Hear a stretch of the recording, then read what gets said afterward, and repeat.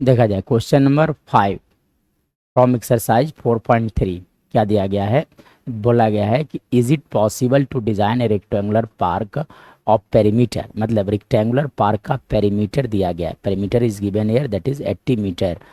Area दिया गया है 400 मीटर स्क्वायर। क्या ये संभव है कि एक ऐसा रेक्टेंगुलर पार्क डिजाइन किया जिसका पेरीमीटर 80 मीटर होना चाहिए और एरिया 400 मीटर स्क्वायर होना चाहिए। इफ सो, अगर ऐसा है तो लेंथ और ब्रेथ क्या होगा वो भी फाइंड आउट करना है, ठीक है ना। चलो तो इसके बाद देखा जाए तो कैसे क्या किया जाएगा। सर सबसे पहली बात कि देखो यहाँ पर है ना, लेंथ और ब्रेथ कुछ नहीं मालूम है, सिर्फ पेरीमीटर और क्या दिया गया है, एरिया।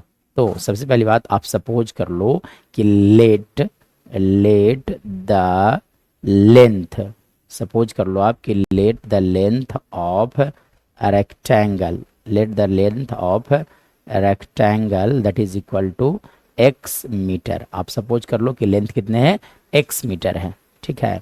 चलिए इसका मतलब ब्रेथ जो होंगे वो कैसे फाउंड आउट किया जाएगा। अकॉर्डिंग टू क्वेश्चन दिया गया है ब्रेथ दिया गया है, क्या दिया गया है, ब्रेथ दिया गया है। रेक्टेंगल का ब्रेथ दिया मेंशन किया गया है, या सॉरी पेरीमीटर मेंशन किया गया। So we can write here perimeter of rectangle, है ना। यहाँ से आप फाइंड आउट कर लो perimeter of rectangle. Perimeter of rectangle कितने दिए गए हैं, that is equal to given here 80 metre. So perimeter निकालने का एक बेसिक सा फॉर्मूला होता है, लिखा जाता है 2 into length plus breadth that is equal to 80 metre. चलो 2 से यहाँ कैंसिल आउट किया जाए, 40 टाइम्स कैंसिल आउट हो जाएंगे। चलो लेंथ कितने हैं, x, x plus breadth that is equal to 40 metre, यानी कि ब्रेथ आ गया आपका 40 माइनस एक्स मीटर आ गया, ब्रेथ फाइंड आउट हो गया।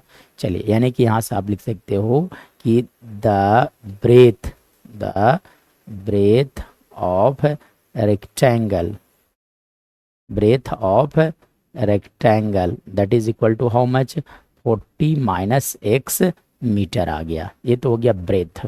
नाउ अकॉर्डिंग टू क्वेश्चन चला जाए तो एरिया दिया गया था, ठीक है ना। क्या दिया गया था, एरिया मेंशन क्या हुआ था, है ना। तो area of rectangle that is given here that is equal to कितना दिया गया है, 400। तो एरिया कैसे निकाला जाता है, लेंथ इंटू ब्रेथ का वैल्यू हो गया आपका 400।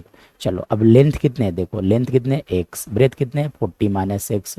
सो we can write here x into 40 minus x का वैल्यू हो जाएगा 400। मतलब यहाँ से जब आप मल्टीप्लाई करोगे तो लिखा जा सकता है 40x minus x square is equal to 400।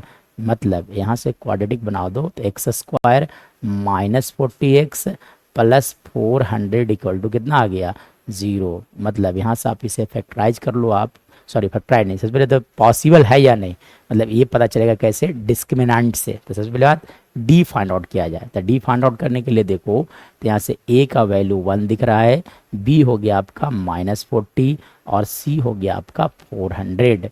चलिए तो सबसे पहले डी फाइंड आउट किया जाए। तो डी फाइंड आउट करने के लिए एक बेसिक सा फॉर्मूला होता है, लिखा जाता है बी स्क्वायर माइनस 4ac, मतलब बी स्क्वायर -40 का स्क्वायर -4ac। तो ए कितने हैं 1, सी कितने हैं 400, 400 मतलब यहाँ से आ गया 1600 माइनस 1600, मतलब यहाँ से आ गया 0। और जब d का वैल्यू 0 होता है तो उसे हम लोग बोलते हैं रियल एंड इक्वल रूट्स। क्या बोला जाता है, real and equal roots. So we can write from here that, है ना, d का वैल्यू आ गया that is 0। So the roots of given equation, of given equation that is क्या हो गया, real and equal. Real and कैसा हो गया, इक्वल। अगर रियल रूट्स हो गया तो ये रेक्टेंगुलर पार्क इस तरह से बनाना संभव है ना। तो सबसे पहली बात आप लिख दो yes it is possible to construct, है ना, a rectangular park whose perimeter is 80 metre and the area will be how much, 400 metre square. Now अब उसके बाद बोला गया था लेंथ कितना होगा। तो length of rectangle, length of rectangle that will equal to x suppose किया था, और एक्स का वैल्यू अभी फाइंड आउट नहीं हुआ है। तो सबसे पहली बात एक काम किया जाए तो एक्स का वैल्यू फाइंड आउट किया जाए। तो x इक्वल टू फार्मूला लिखा जा सकता है, जब रियल रूट्स होते हैं तो -b/2a लिखा जा सकता है, ठीक है। तो -b कितने थे 40, यानी कि -40/2a, तो a कितने थे दैट वाज 2 × 1, यानी कि लिखा जा सकता है 20। तो x का वैल्यू दो वैल्यू आएगा, 20 होगा और दूसरा भी क्या होता है 20। जब रियल रूट्स होते हैं डायरेक्ट रूट निकालने का फॉर्मूला होता है -b/2a। So we can say that the length of rectangle is 20 metre. अब देखो ब्रेथ, तो ब्रेथ कितने हो जाएंगे, तो ब्रेथ था आपका 40 - x हमने सपोज किया था, मतलब 40 - 20 that is equal to 20 metre, यानी कि 20 लेंथ जो होगा वो 20 मीटर होगा और ब्रेथ भी कितने होंगे 20 मीटर होंगे। तो ये संभव है, ठीक है। चलिए